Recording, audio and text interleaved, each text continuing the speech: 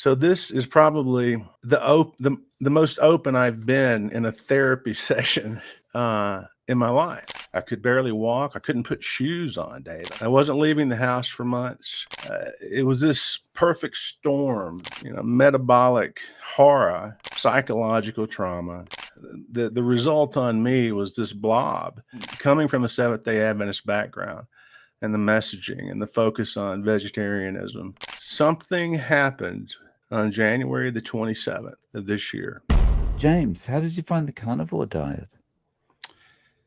Well, Dave, do you want the short version or you want the long version? I would prefer the long version, but okay. Well, I was born in the deep south of the USA, Mississippi, and we were a little country town, and we grew a lot of food. We grew a lot of our own food. So we ate a ton of vegetables, and something happened metabolically to me that I don't understand. I have a hypothesis, but I was a skinny kid. I'm talking, playing baseball, blah, blah, blah. And then something between 6 and 7 happened. And it wasn't overnight, but it was close to it. My second grade school picture, I was already this fat kid. And my hypothesis is that was the time that we got the vaccine, and I'm pro-vaccine, so it's nothing like that. But we got that vaccine that left a scar on your arm from years ago. It was a combo vaccine. I don't even remember what all was in it. So that's a hypothesis. That's the only association that I can come up with. And from that point on, I struggled with weight. I would have momentary lapses of fat and just be pudgy, but I continue that way. Now, I was an active kid. I played baseball and so forth. I was just the fat kid, and I remember my coaches told me that you're awful fast to be so fat, and I can laugh about it now, but that continued on, and then additionally. I was raised in a home where my mother was either second or third generation Seventh Day Adventist. And as you know, the heavily into the vegetarian and vegan movement and health and the health message, as it's called. And my father was a Southern Baptist. So my mother, who was a wonderful soul, she just passed away recently, God bless her. She did her best. She was a wonderful cook, but she would also bring in, this is back in the 60s and 70s and probably 80s, she would bring in these processed foods from the Seventh Day Adventist Loma Linda. I guess it was their food industry. And a lot of it looked just like dog food coming out of a can. And I'm not exaggerating. One of them in particular, the best one in particular, think of it like a light brown bologna, but when you took it out of the can, it came out like cranberry sauce. It was that until you sliced it up. And she would also sometimes make fake ground beef. They had this soy, I'm assuming it was a soy derived ground beef substitute. You had to soak it overnight because it was dried. You could put it in a pillowcase and take it to prison and defend yourself with it. It was that, it literally was. And so she doctored it up and it would taste good. And we did have meat, but by and large, we lived primarily on vegetables, and I stayed fat. And even in it was either the 6th or 7th grade, my mother, she took me to Weight Watchers.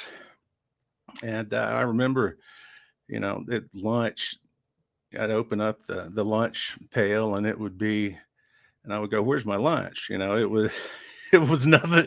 It was almost nothing in there, but she was trying, she was a good soul. And that continued on. I was pudgy, and then in the summer I would lose a little weight. In the winter, I would get a little fatter. We did eat meat. I hunted and fished. Where I lived, it was a very agrarian society, and a lot of farming, but there was a lot of self-sustenance there as well. And so I harvested wild game and we ate it. None of it ever went to waste. I even made pillows out of duck down. We ate a lot of duck and so forth. Long story short, that's the way it continued, stayed pudgy. And then between my senior year of college and my senior year of high school and my first year of college/university, the town doctor, he was my best friend's dad. He prescribed me a diet pill over the summer. And I lost weight. I got down to around 200 pounds. And my friends were asking me, "Hey, is that you? Are you wearing a girdle?" I mean, they were serious, But I was running heavily, playing tennis every night. I mean, I was burning as many calories as I could and eating salads. I mean, I lived off of salads for probably 6 months. I'm almost not exaggerating, but there was a lot of salad. So much so that I don't think I ate salad for a year after that. And in college, I put on the college 15 or whatever you do. And that continued on. Also during that time, I had settled upon the Seventh Day Adventist faith because I was mama's boy and that was mama's religion. And that's just kind of how that works, God bless my dad. He never prevented me from going or anything. And although I had to go every Saturday and every Sunday. So from my birth till the time I was about 14 or 15, I went every Saturday and every Sunday. And if you can imagine, I was sick of a religion. But the reason I bring that up is in the Seventh Day Adventist faith, and I just want to preface this with something. I met wonderful people in the Seventh Day Adventist religion. Some of them that blessed me. I actually got to be part of a startup that was very successful, was acquired, went public, and all those things because of a Seventh Day Adventist, and made a lot of good friends. But doctrinally, and the messaging, it never. How do I put this? Think of it like I was in a boat and that messaging was luggage, but it was never tied down. So it was never rooted. And there was a lot of shame involved in it. I remember, when you're in your early 20s, for example, you get a lot of idealism. You're youthful, emotional. You've got all this intensity, right? And when you have a message that you believe in, you push it. And so just a few conversations that come to mind. I remember we were sitting around at potluck. And you know what a potluck is? Everyone brings a meal Exactly. to a party. Yeah. Yeah. And it was after church. They did them like once a month. And there was more fake food in one of those at an Adventist church than you can imagine. Tons of vegetables, but fake cheese, fake butter, fake meat. I remember, this is hearsay, but a friend of mine, he went to another church, said that on one of those potlucks, some visitor brought a bucket of Kentucky Fried Chicken, and it was gone before anybody could get to it. But anyway, we were sitting around after that, and we were youthful. We were, 23, 22, something like that. And I think it was the subject of lust came up. And as you know, a lot of the Adventist health message or food message is rooted in this lust or prevention thereof. And so we were discussing, and someone had brought up that it was something they were struggling with because you can't lust, if you're a Seventh Day Adventist. That sounds bad. I don't mean it the way it came out. But then one of the youth guys popped up and said, "Well, you got to quit eating chocolate because chocolate will just make you lustful." And the person said, "Well, what do you mean? What are you talking about?" And He goes, look, man, I'm giving you this tool. Either choose it to use it or not, or just continue to be in this cage, this prison of lust. Uh, and they were serious. I mean, this was how it was. I remember the preacher saying, Ellen White, she was the prophet, or one of the founder of the church, so to speak. And he said, we were talking about cheese, and the preacher, Ellen White said, cheese should never enter the body. It's poison. So that there was this messaging, and it was this constant undertone. There was a big, not passive aggressive push, but, just think of it like it's always there. And even doctrinally in there, it used to be 27 beliefs. If you were going to get baptized, you had to check off every one. I think it's 28 now. And of course, one of them is health. And there's nothing wrong with health, but it was, I believe it's harnessed, I think, in some places in a harmful manner. For example, one of the members of the FDA, the U.S. FDA Diet Council or Food Council, I don't remember the formal name for it, is a Seventh Day Adventist. They've been there. And so this is conjecture on my part, but I have no doubt that, that theology of eating is getting infiltrated into the USDA, diet requirements. They call it the food plate now. It used to be the pyramid. And of course, it got flipped and we're all sick and dying. So how that applied to me is I loved meat. I've always loved meat. And how do I say this? But there was always this internal battle about it. Even when I said, I don't care, I'm eating it, and go back and forth, there was this internal struggle because of this messaging deep down. And I don't even think I was aware of it. It's one of those subconscious things. It's literally been, implanted into you, in my case, from birth, literally from birth. So those things tend to become instinctive. They're part of who you are. And you don't just shake it and throw that away. It's like if somebody I'll give you an example. I'm scared of spiders. You know why I'm scared of spiders? This is the most ridiculous thing in the world. When I was this little kid, my big brother, he was messing with me one day, being a bad big brother. And he said, I'm going to lock you in the shed behind the house. And Mama says she saw a black widow spider. And so you're going to get bit. It was that whole thing. Of course, he was messing with me. But I literally been afraid of spiders ever since then. I was like 4 or 5 years old. It's one of my earliest memories. The point is, I know I'm rambling here, but the point is, it was part of me. And I would vacillate between, eating terribly,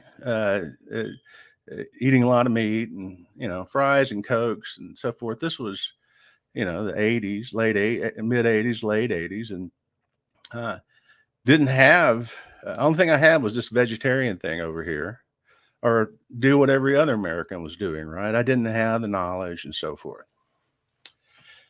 So I was fat and I stayed fat, bouncing around on the fat scale, from pudgy to fat, to pudgy to fat. And in 1997, and by the way, up to that point, I had checkups. Oddly, my cholesterol was never high. I never had, I had A1C of 5 constantly. Never, I think it had been 4.9 one time and it stayed 5. So my pancreas was working really well. I probably wore it out, but so anyway, 1997, I get married. Excuse me. That's incorrect. 1990, I got married and I put on the marriage 50 or whatever and got, really kind of fat. And during that time, we were vegetarian for a while, even vegan for a while.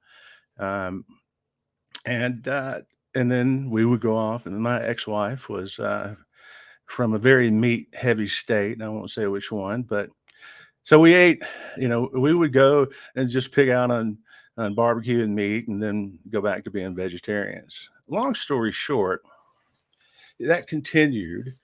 And in 1999, I got divorced and was in the library. Not the library, the bookstore after that, a few months after that happened. And I stumbled upon the Atkins diet book. And of course, I've struggled with weight my whole life. And I was like, well, what's this? I'm going to get it and read it and just see what this is all about. Had no idea what it was. And so I read it like a good engineer and analyzed it and, bifurcated it and put it in an Excel spreadsheet and all the things we do.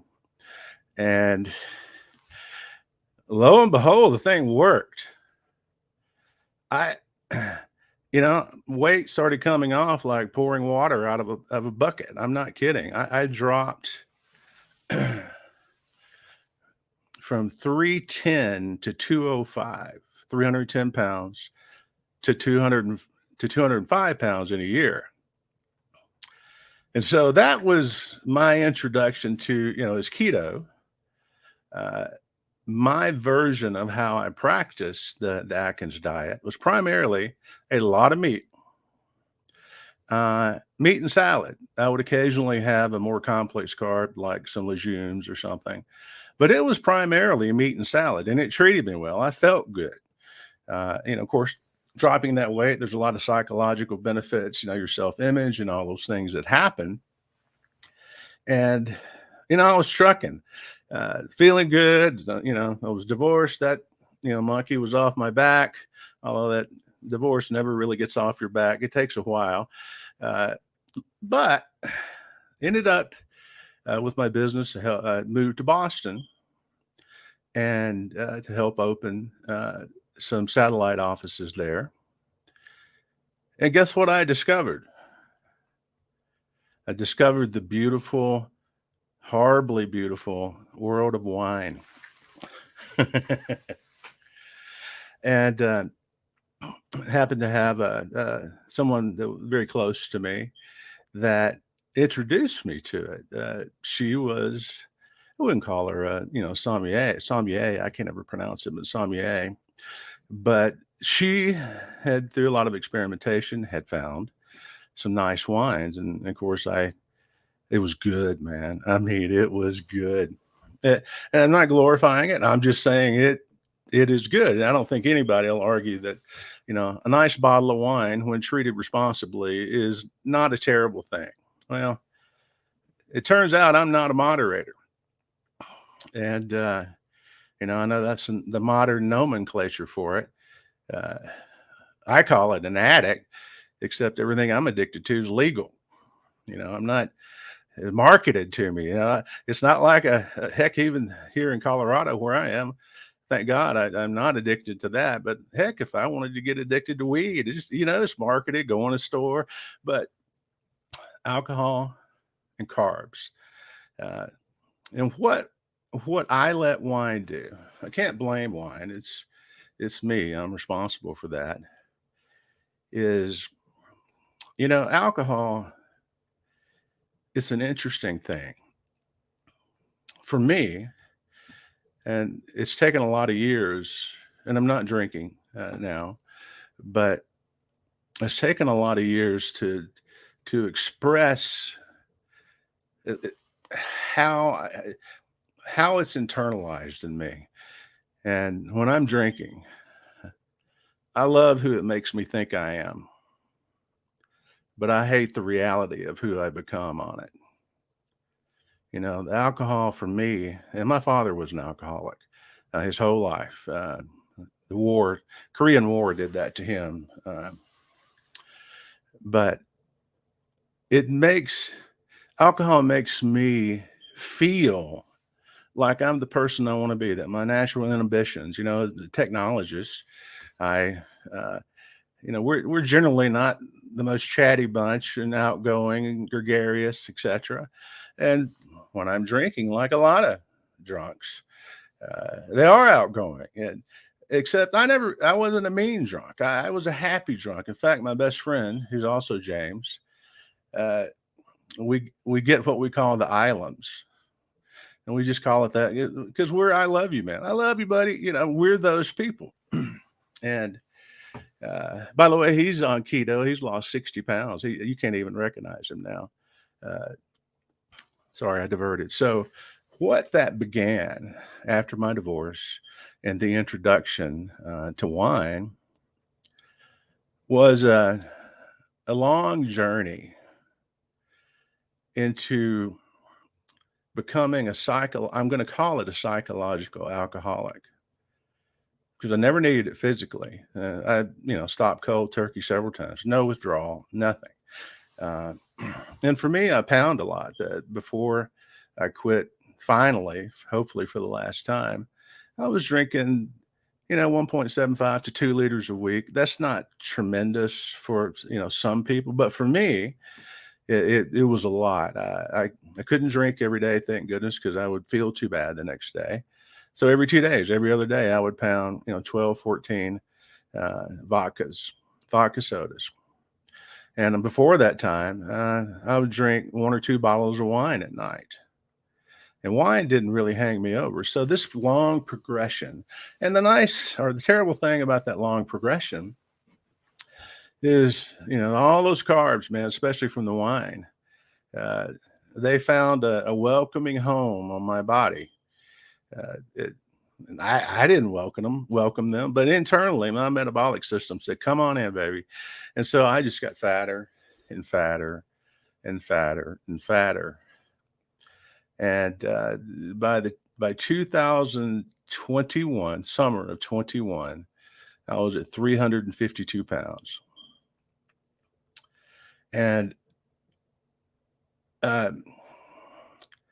said, I got to do something. I was really out of answers. And over that time, I'd been vegetarian and a wino, and a meat eater and a wino. I forgot about the Atkins thing. I didn't forget about it. And oh yeah, that happened back then. But I didn't have that deep rooted connection somehow between my, frontal cortex and my gut saying, "Dude, you know what to do." It wasn't there, or I was ignoring it. I'm not sure. So in the summer of 2021, I made an appointment to the Pritikin Center. Have you ever heard of the Pritikin Center? It's in South Florida, Miami, and it's a very old wellness place, diet center. Some say it's connected to the Seventh Day Adventist Church, but I don't know that for sure. But what they do, it's low fat, no salt, mostly vegetables, and a tiny bit of meat. And it's all medically governed. If you go, you're meeting with people every day. You've got doctors overseeing everything. So it's a very professionally run outfit. And between, let's see, it was like July 15th, give or take. And by the way, the day before I had an accident, hurt my back. I had to go through go through the airport in a wheelchair. When I got there, I was in a wheelchair, but it wasn't because I couldn't walk, because of my weight. So that whole experience was messed up. But I did, over 4 months, drop from 352 to 319. But it was a horrible experience. I didn't. They cut you completely off salt, and they're doing blood tests every week. And I was consistently low. I mean, like below the bottom end of the scale of where we're supposed to be, even the expanded Gaussian distribution of how blood labs have kept expanding the ranges for things. I was below that. And they kept saying, "What are you doing?" And they said, "Well, put some celery in your water. Celery's got a lot of salt in it." And what was happening during that time is I was just losing water weight. I cannot express the number of times I went to the restroom during that time to urinate, to void. I didn't sleep for 2.5, 3 months, more than about 3 hours at a time, because I was constantly waking up with a full bladder, and I was cutting down on water. I was trying to, but all I lost was water weight. And when at 352 on a 5, well, I've shrunk now, 5'10 and a half or 5'10. I used to be 5'11, especially after that last accident. My back has probably shrunk that much, but so they didn't do scans, even electrical or DEXA or any of those things where you could really measure your body fat content. They didn't do calipers, none of those things. They were just weighing you, taking your blood pressure, taking blood tests. So, it's conjecture on my part, but my pound to urination ratio was very low. I mean, meaning the urination was way up here, and the pounds were down here. And I finally just stopped it down there. So guys, I'm not getting anything out of this. I was hungry all the time. You're not getting any salt. You're eating salad for breakfast, or you can if you want it. I was eating oatmeal, gruel. Uh, nothing against oatmeal, but I ate more oatmeal than a human being should consume. I think at least that's how it ended up in my mind. And long story short, after about I stayed there 3 months. I actually was there 4, but after 3 months and losing those, what is that, 33 pounds, I said, I don't want to do this anymore. I didn't feel right. I didn't feel good. I didn't have, the only psychological, benefits or highs I got to it was I think I was addicted to the weight number, right? And I sent you some examples just to show you how addicted to numbers I was when I went on Carnivore. And I'll get there. We may go around another corner or two, but I'll get there. So after 3 months, I just stopped the program and I stayed in a Miami hotel for a week and just partied in Miami. And right back to drinking. I mean, it was binary, right? I'm here. I was doing my best to be good. I wasn't drinking. I take that back. I had drank twice in 3 months. So I was being pretty good for me. And then I just went off the rails. And when I got back to Colorado after that, that's when the real downward spiral began. And I couldn't tell you why. I don't have a handle on the celestial mechanics of my brain that took me down this road. But I have I have a potential. One of the things that I think I'd put in the notes is in 2016, I had found out had been born with a bicuspid aortic heart valve. This birth thing, there's nothing you can do about it. They wear out, and 50 years ago, you're just dead. And so thank goodness I was able to get it replaced. I've got a piece of cow leather in my heart. I got a warranty card in my wallet still to this day. And it's still ticking along. I'll have to get it replaced again, unfortunately, but hopefully that's a few more years off. But when that happened, this is back 2016, so I'm circling back a little bit, and I'm sorry I forgot about it in my nonlinear fashion. I went on a fear diet and lost, gosh, probably 55 pounds. I got down to 245 in 2016 because I found out about it. I found out earlier in the year they said you have something ischemic going on in your heart, and ischemic means blockage. They didn't know what it was, and I had to wait months to get an echocardiogram. And talk about putting the fear of God in you. And they said, okay, something's wrong, something's blocked up. We don't know what it is, but they were telling me, don't exercise too much, sit down a lot. I mean, when they tell you those things, it's like, well, what the heck am I supposed to, and there's no way to resolve it. And so I went on a fear diet. I was eating cheese bread and salads. That's literally what I was eating. So starving myself, the nutrients and in salads and so forth. There's a lot of them in there, but they're not as bioavailable as they are in meat. So it's tough to get them all out. Apparently, I was starving myself enough to lose 55 pounds, but I got the echo, found out actually all my arteries are clear. Believe it or not, thank God. They thought they were going to just be, clogged up like a drain pipe and in your tub, and but they weren't. They were clear, and it was just this valve. And they're like, "We can fix it," but they say you need to pick what kind of valve you want. I'm like, "Well, how the heck? I don't know how." So I spent over a month. I spent, oh gosh, probably 120 hours researching artificial heart valves, and I finally settled on a bio heart valve. The primary driver behind that was I didn't want to take Coumadin. Coumadin's rat poison, makes you bleed to death because it disrupts the clotting process in your bloodstream. But you have to take something. But with a bioprosthesis like I have, most people get away with taking aspirin. So I take 325 milligrams of aspirin every day. So I didn't want that dirty drug in my body. And that's where I ended up. And I slowly became more and more depressed. And I think it's all rooted in that because, they prescribe patients who have this operation. They prescribe them benzos and antidepressants and everything else. Heck, I was on two.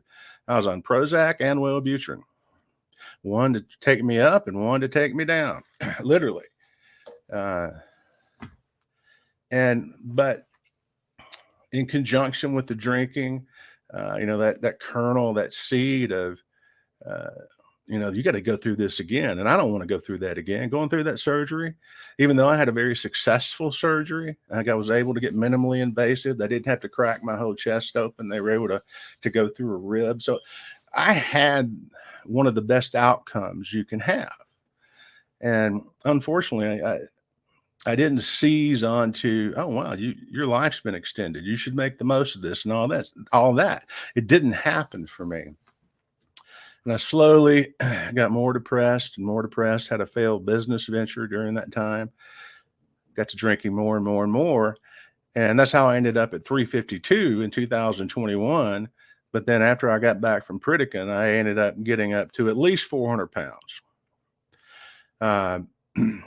After I woke Sorry, up. just to clarify. So you were 352, you went down to 319, and then you got back up to or over 400.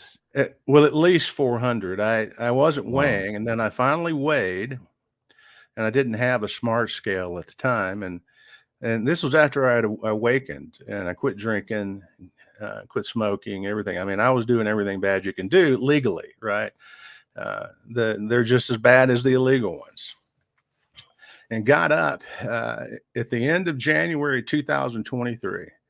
And I think this is a pretty cool story because we're finally to where I discovered Carnivore. But I think there is, call it miraculous component to it. And I won't say it's supernatural because that might offend someone. But January 27th of this year, 2023, I woke up that day and just quit smoking and drinking. Cold turkey. I can't tell you why. I know why it happened, but at that moment I couldn't tell you.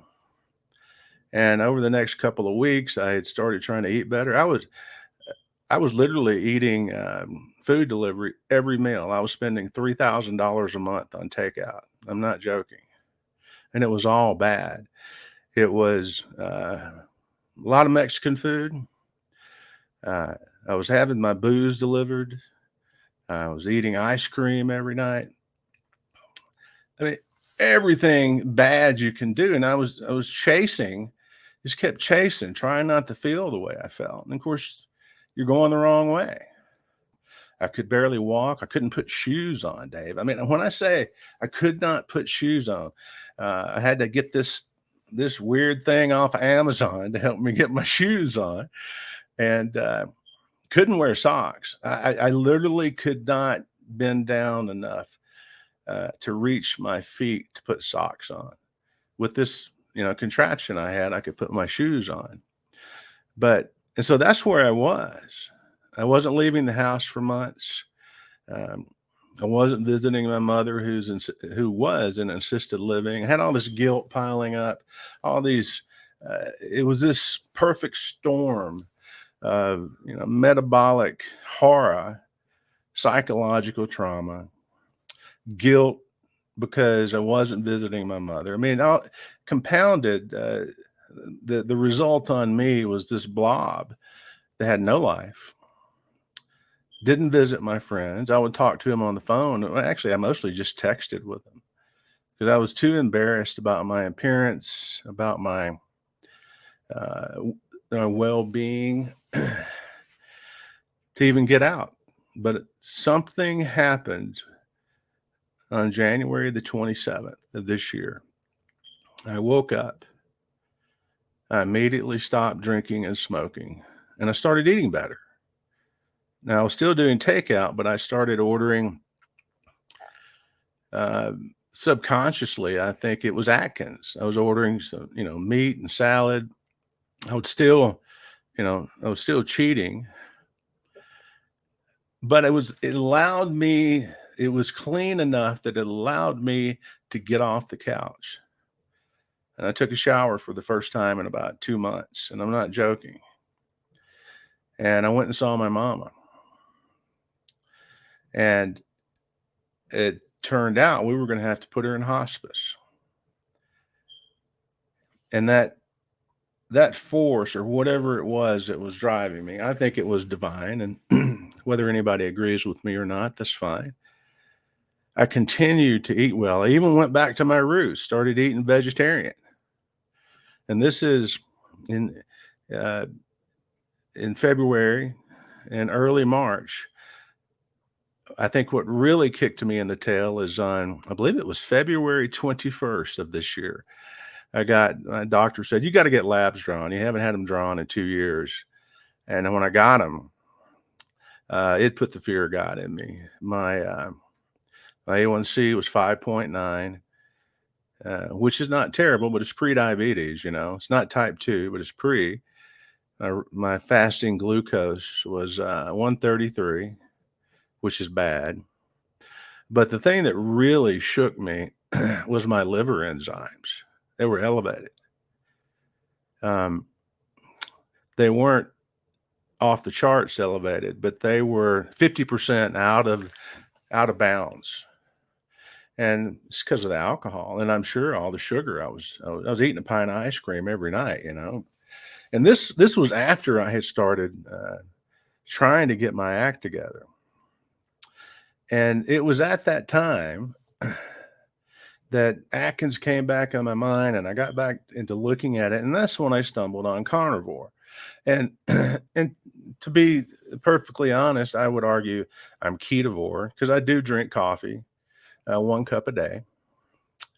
And I will occasionally have mix up some chopped onion and a hamburger steak. I eat a lot of hamburger patties. I make my own by the beef, and I eat some cheese. I don't go overboard on dairy. I have a couple of tablespoons of heavy cream in my coffee, and then I'll have a little cheese. But when I say a little cheese, I'm talking, quarter, half a cup of not sliced, but shredded cheese.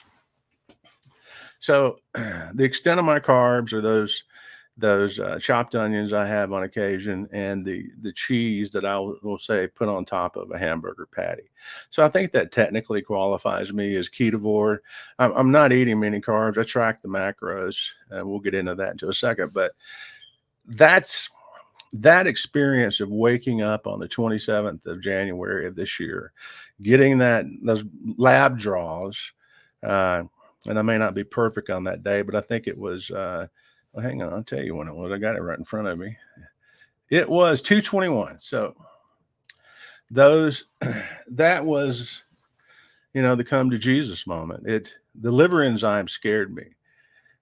I had enough common sense to know that I could deal with the blood sugar just by eating right. Uh, but I didn't know if I had hurt my liver. And I went and got my doctor ordered an ultrasound, and diagnosed I had a, um, fatty liver. It was enlarged, and how could it not be? Carrying around, 400 pounds, um, heavy drinking, and the worst human diet you could. I wasn't eating food, for years there. And back to the carnivore thing, I remembered the Atkins, or somehow the synapses fired and connected together. And I was like, that worked years ago. And this was after I was, eating, 10 pounds of steamed broccoli a day. I was back in the vegetarian thing. I then added a little chicken sometimes, but it was primarily, fresh whole food, a little bit of seasoning. Um, I wasn't eating, vegetarian fake bread and, all the junk you can get into. I was eating clean vegetarian with a little bit of organic meat after several weeks. But then and during the research, I tend to go more into the science side of things. So I like Dr. Robert Cywes, Cywes, down in South Florida, because he's very geeky about how he does things. Um, I like Dr. Westman.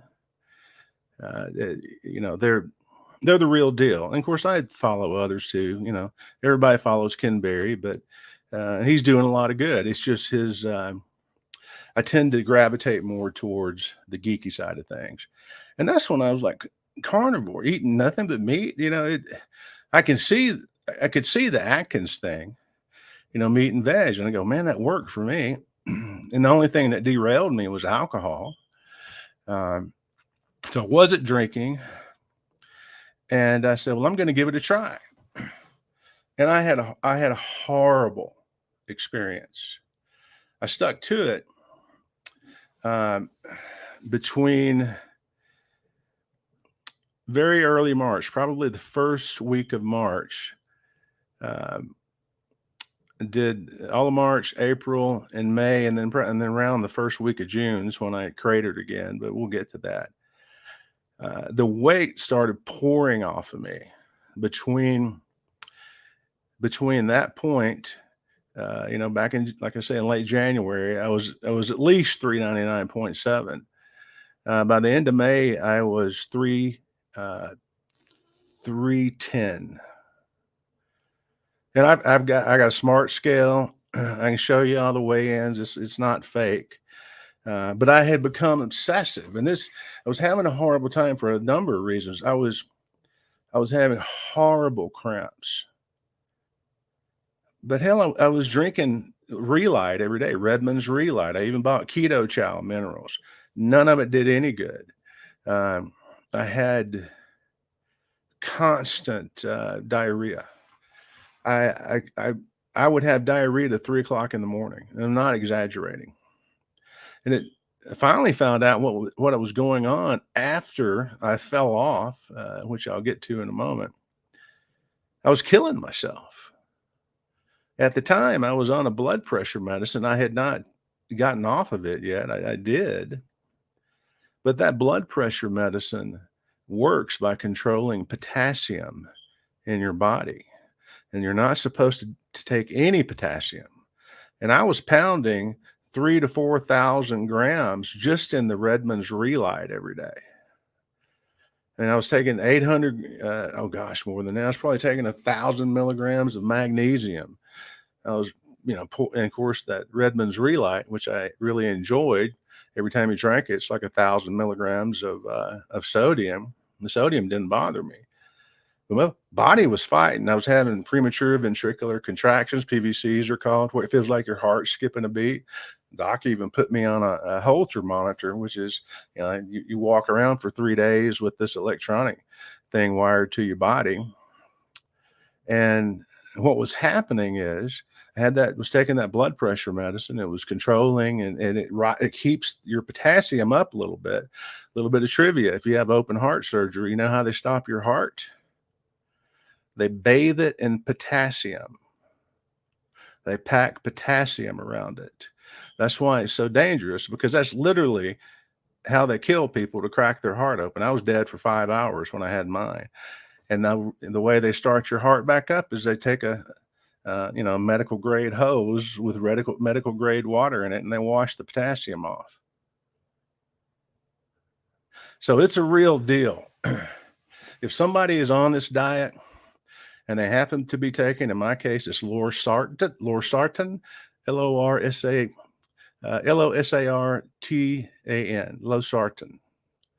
The way it works is by controlling potassium. And if you're doing some of these electrolytes because you're trying to manage craps and whatever, you could be hurting yourself. So I know we all like to go out here on the internet and do our own research, but there are particular cases where you need to talk to your doctor. And in my case, my doctor's not keto friendly, so I don't ever talk to her about it. I found a keto doctor. She's a great doctor. She really is. But, she's, in terms of training, she's a product of the machine. I'm not conspiratorial. You need to be on a low-fat diet, James. I mean, that's what she told me. And I was like, sure thing, doc. I mean, that's what I told her. And it's just not worth getting into that. I'm going to let her. She's proud of me about the weight I'm losing. We haven't talked about how. In her mind, it's probably low-fat diet. But the point of all this is if you're taking medicine and you get on a keto diet, especially, or even a carnivore diet, these diets, when your body starts adjusting to burning fat, the ketones that end up getting produced, they bind to water. That's why you lose so much fluid, is because of these ketones that help extract water out of your body. And then so your kidneys are just working on overtime, right, to excrete everything. And that is one of the reasons that you lose all these electrolytes, or the reason you lose all these electrolytes, and including potassium, unless you're taking a medicine that works by controlling potassium. So please be careful with that, folks. But the good thing was, during that, even though I was killing myself and didn't know it, my blood pressure was coming down. In one of those Excel spreadsheets I sent you, which I turned to PDF, every morning I was took my blood pressure, my temperature, my fasting glucose, my ketones, and my uric acid every morning. That's how obsessive I was. And of course, that's the wrong thing to do.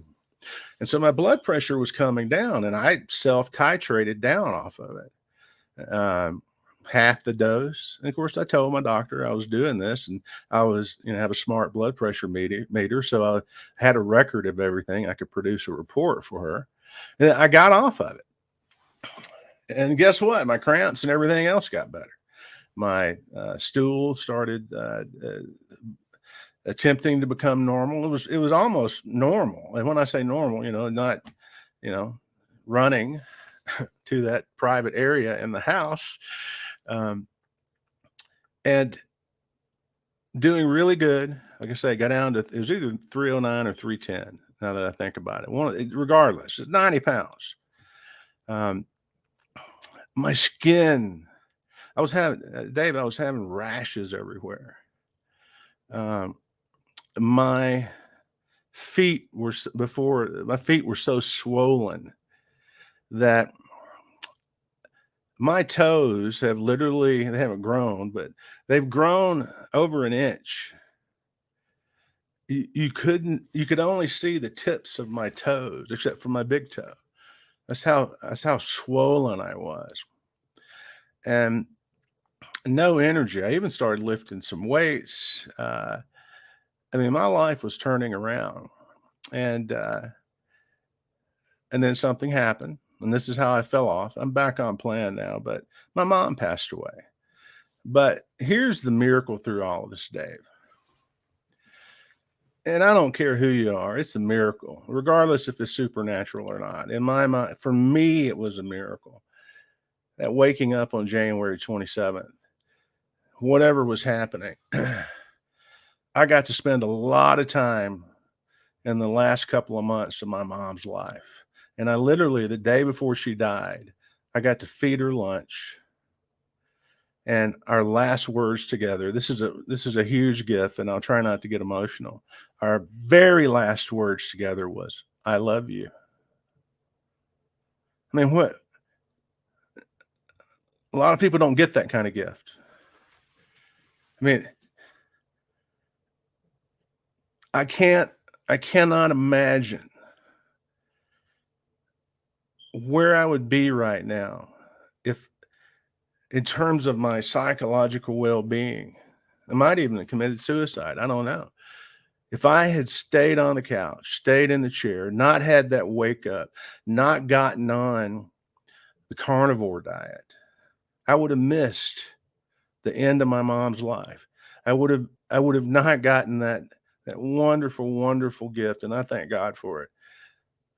Last words, "I love you." And so, carnivore and God, thank you. I mean, that's what it did for me. And she died in she died March 31st. And I stayed okay. I was doing well on plan, and then, but I was obsessed with the numbers. I weighed every day, which is terrible to do. I was testing every marker every day, and it's because uh, it's easy for me to fixate as a technologist. It's easy for me to fixate on those things. And here is the here's how I fell off in the first week of June, if you'd like to hear that. So I finally got my doctor to give me a thyroid test. And my thyroid was 5. In America, the top end of the scale was 5. And I knew something was going on because it's for the last, since 2021, I had not had energy, and I still don't have energy. And I'm like, "Hey, we found it."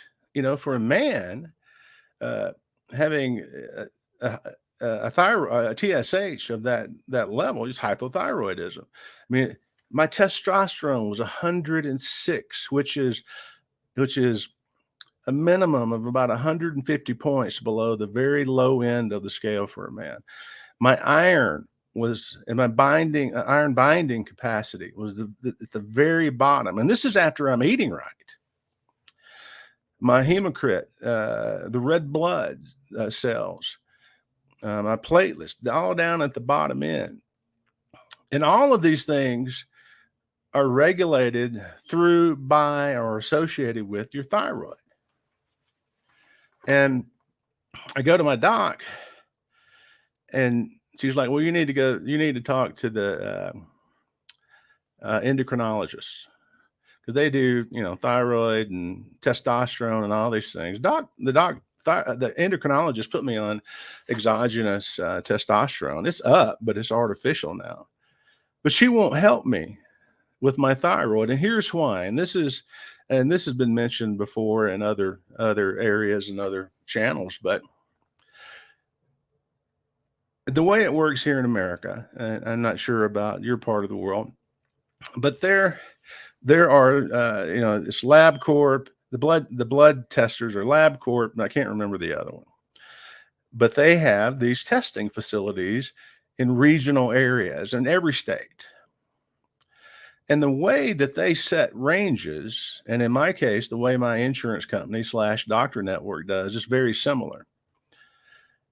Every year, they take some random sample, and they plot a Gaussian distribution in the bell curve. And then they chop it off, at some degree up the bell curve, and then that's the range. But they don't account for, well, the bell curve is getting wider. And I've got proof of this. I found one of my blood tests um, from 2010. And I had just happened to scan it into my computer, and I was looking for something the other night. And so this has only been 13 years, but liver enzymes at the time, for ALT, the upper range, at least on my lab report, was 30. You know what it is now for my doctor network? For normal, 45. That's in 13 years. And that's because metabolically we're getting unhealthier. And that's how it translates into the physical world, into the medical world. And so back then, I would have been labeled as having hypothyroidism. But now, yeah, you're at the upper end of the range, but you're normal. I'm like, 5 for a man is not normal. I feel like that you've heated up some lava and poured it down the stairs. I mean, that's from my energetic level. And I fought with them, and not fought. I was trying to intelligently have an intelligent discourse with them. I got countless emails back and forth, and finally talked the endocrinologist into doing a comprehensive thyroid panel, except she didn't do reverse T3. So I don't know what that is. I'm going to find out next Friday because I'm paying for my own labs at ownyourlabs.com, not affiliated with them. And they were all at the extreme ends of their range, but, oh, you're normal. I'm like, I'm not normal. It is not normal for a man to be up there. Hypothyroidism tends to be more common in women. Not being sexist, that's just the way the statistics fall. They've got Hashimoto's disease, all those things tend to be female issues with the thyroid. Regardless, it's the same result. You end up, you're sluggish, libido, testosterone, lead binding capacity, lead in your blood, hematocrit. Even my red blood cell distribution count is skewed. You know what that is? That is, your body's constantly producing red blood cells. They're supposed to all be about the same size, but metabolically, if you're not that healthy, they're going to be, they're not going to fit into a nice, call it a ratio or percentage or whatever. Mine's about 5% out of that. And so over like 2 or 3 weeks, I just kept getting more frustrated. And this is my fault. It's not the doctor not helping me. That's their fault. But how I responded to it's my fault. And I had hit 90 pounds. I was frustrated with the doctor. I was really ticked off. And I said, and here's the mistake. I said, I'm going to go celebrate. I've hit 90 pounds. These doctors are just stressing me out. I'm going to go out and have a drink. Now, here's the funny thing. This was like the first week of June of this year. I couldn't get drunk. So I'm eating, carnivore, maybe 10 carbs a day. I was using Livestrong's MyPlate app, and I was tracking everything. The doctor was like, well, you're kind of a freak. Disclose. I mean, I was tracking everything, right? And so I was, at the time, I don't even think I was eating any non-animal products. I wasn't drinking milk. I'd have cream and cheese, but not a lot of it. And oddly enough, I couldn't get drunk. I got all the effect on the body and the equilibrium.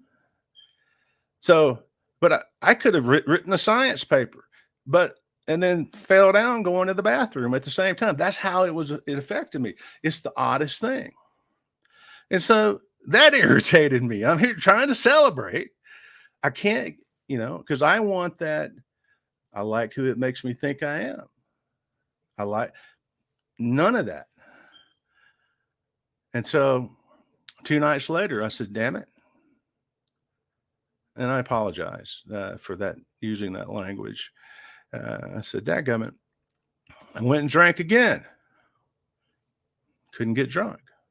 Same thing, equilibrium issues. Cause I was drinking 12, 14. Heck, I could drink just as much as I did before, but no mental, uh, none of the mental effects of the drug or psychological effects. And it's stupid as that sounds, and as counterproductive as it is, and my mind can, like I say, the celestial mechanics up here, they don't write books about it. I said, I'm going to find a way to get drunk. That I had already fallen off the cliff. I didn't even realize it. I went and ate Mexican food. Within a couple of days, I was eating exactly the same way, and guess what? I could get drunk. That's what's so interesting about that experience to me. I haven't figured that out. I understand that the liver processes glucose and alcohol similarly.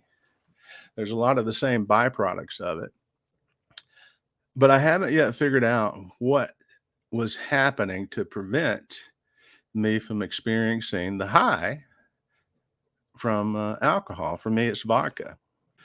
And so between that first week of June and about the last week of August of this year, I gained 35 pounds. I don't even know how you do that. And so I was gaining 10 pounds. Heck, it may have been more than that now that I think about it. The shirt I'm wearing, which I've got room now, it was tight. It was mostly inflammation, I believe, because 1st of September, I quit drinking again. I'm back on plan. And of the 35 pounds, I've lost 25 of it this month. Awesome. So that's basically a pound a day. But I'm not weighing. The only reason I know that is because I weighed this weekend. I said, I got to watching Dr. Robert Siwes a little more closely, and what I never figured out before is I am addicted to carbs. For me, it's emotional. It's not physical.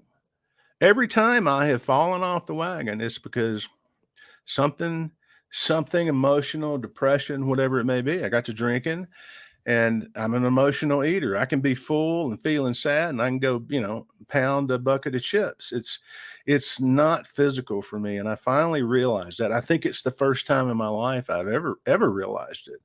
So what I picked up on from Dr. Siwes is be more intuitive about it for me, and quit trying to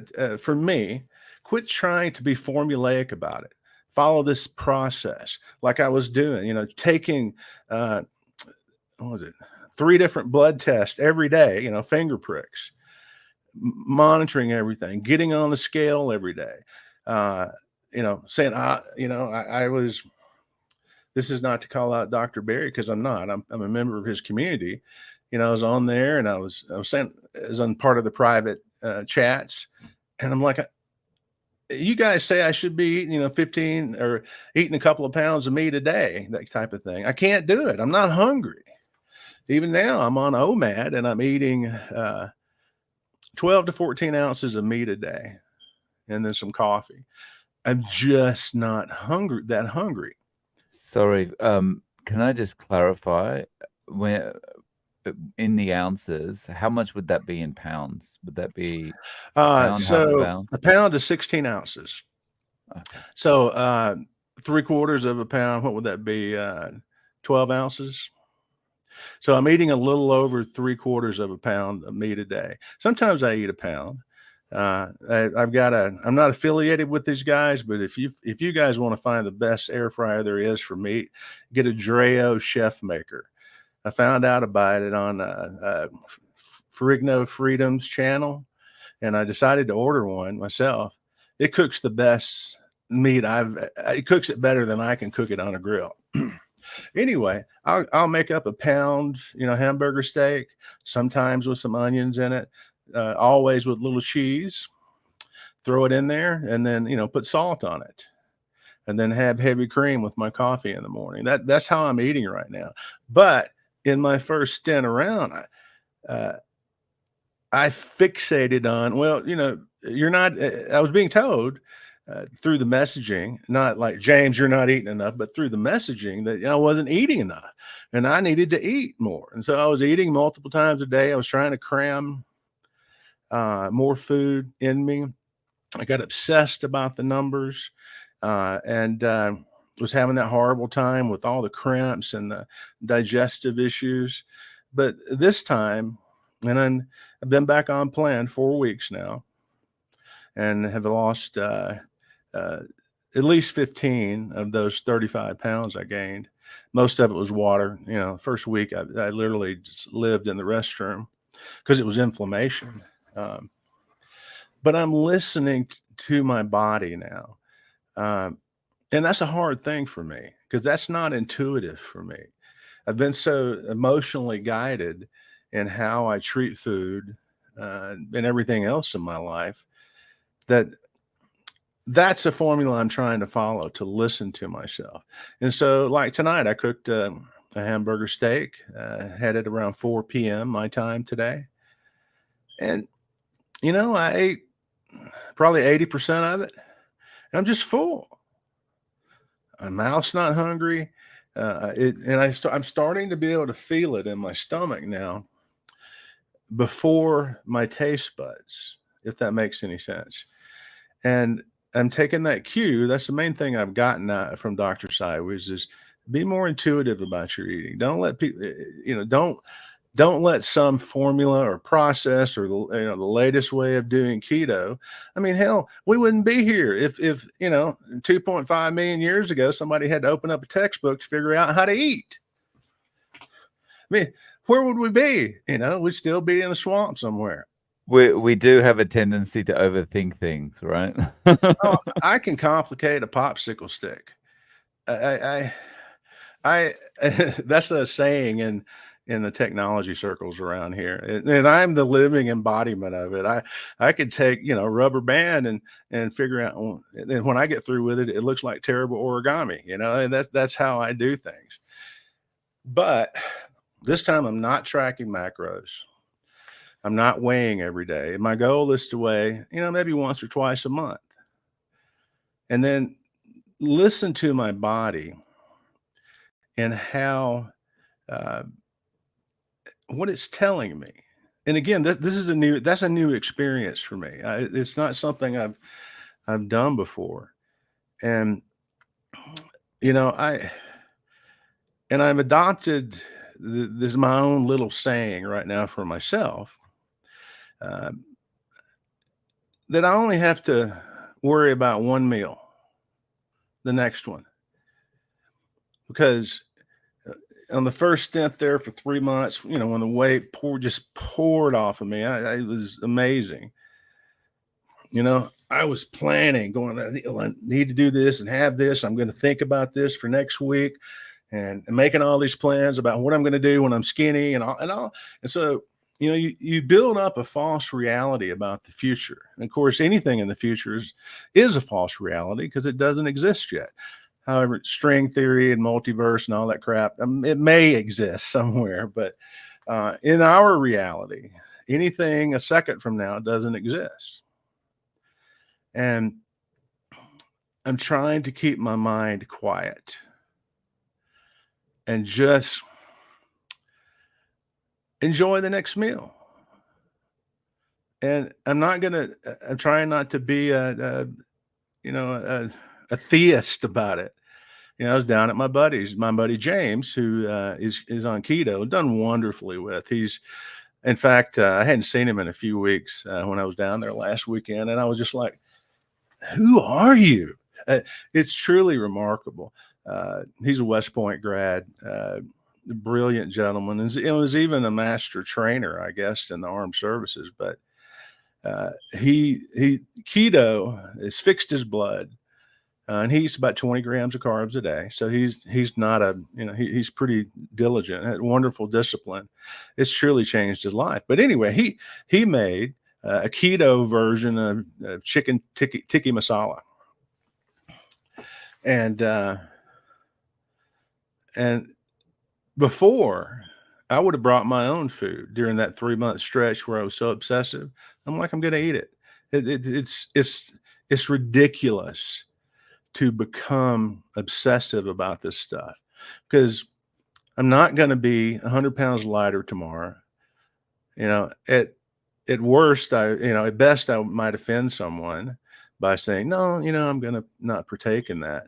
Now, if he had cake or something, I wouldn't have eaten it, right? But he had a chicken tikka masala. I didn't have rice. He had cauliflower rice or whatever. I didn't have that.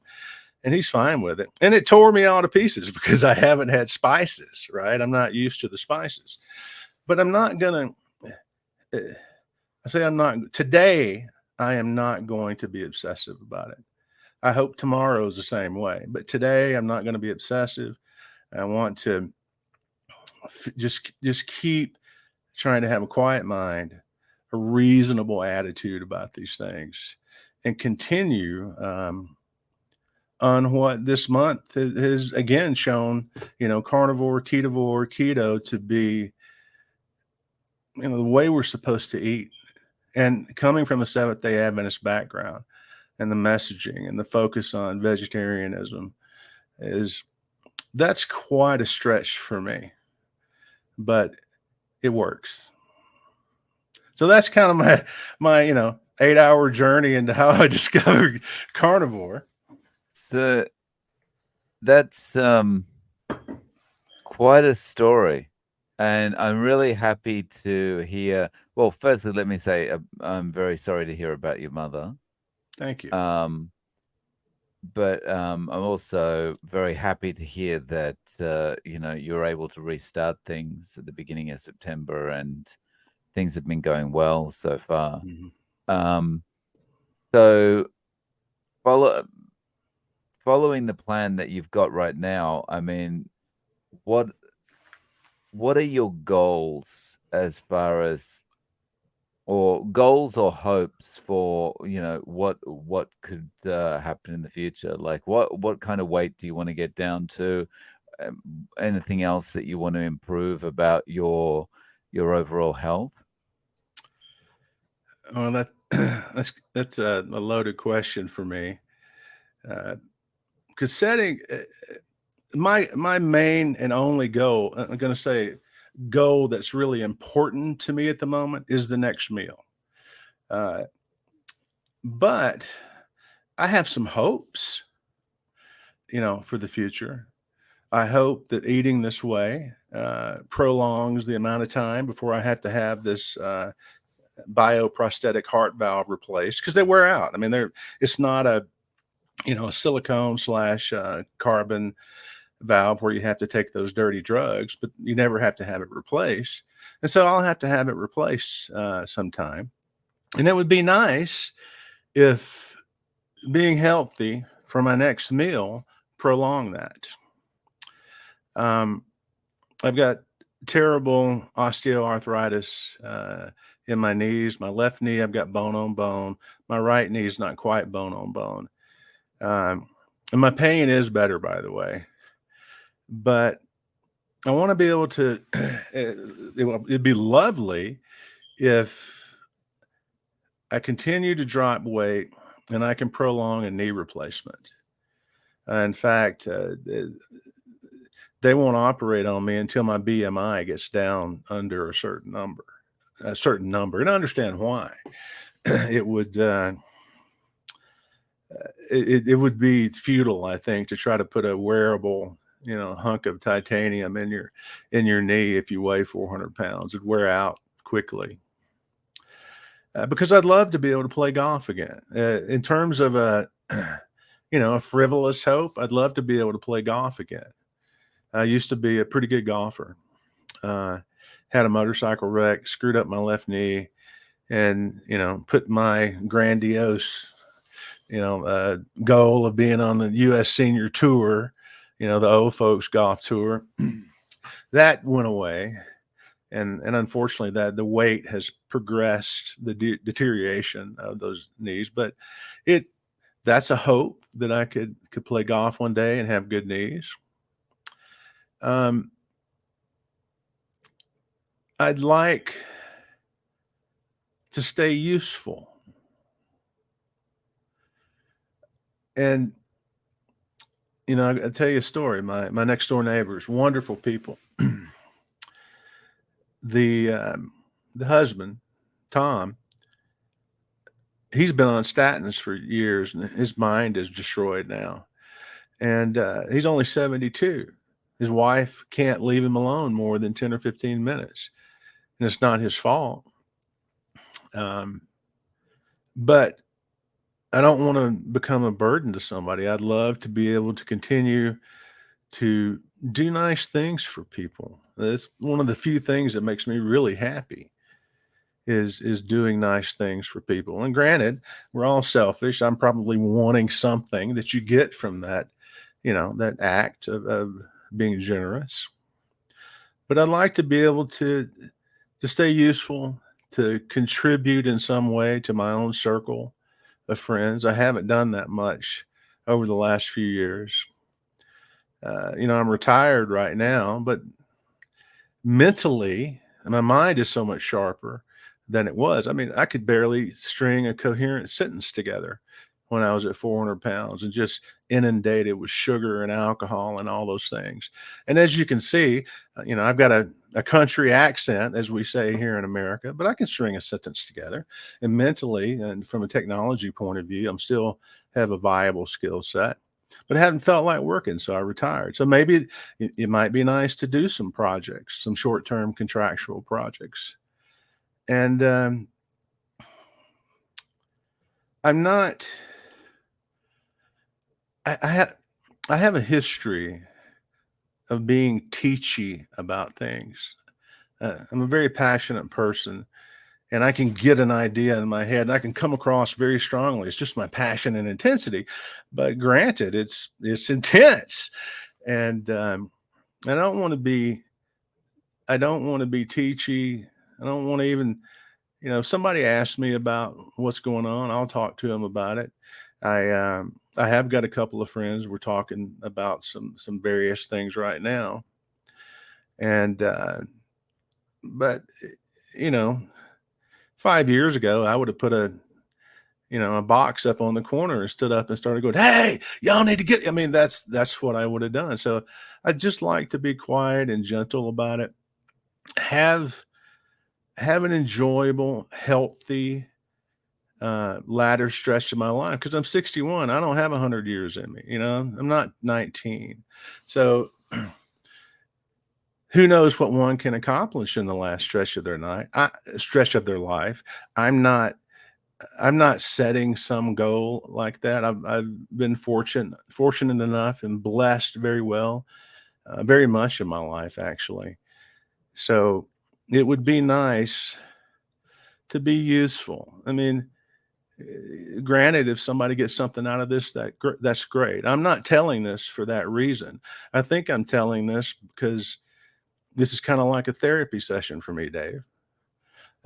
I have not sat down and talked to anyone like this with this, embodiment of information spanning decades.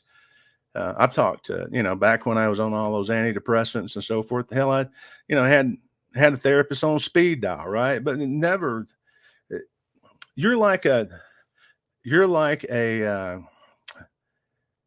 stranger, and you are, in a sense. Of course, I see you, watch your YouTube videos, but right now it feels like I'm talking to you. We're not going to meet unless the stars align and somehow I end up in Japan or you end up in Colorado. So this is probably the most open I've been in a therapy session in my life. And if somebody can get something decent out of that, that's wonderful. And but the one thing I will leave with people: miracles happen. It happened to me this year with my mom. And however you rationalize that in your own mind, your own set of beliefs, your own psyche, it's still a miracle what happened to me. And carnivore diet has played a part of that, animal-based, ketovore. And I don't think I'm unique in that regard. I think there's a lot of miracles out there just waiting to land on a lot of people. And if you're watching this, you're one of them.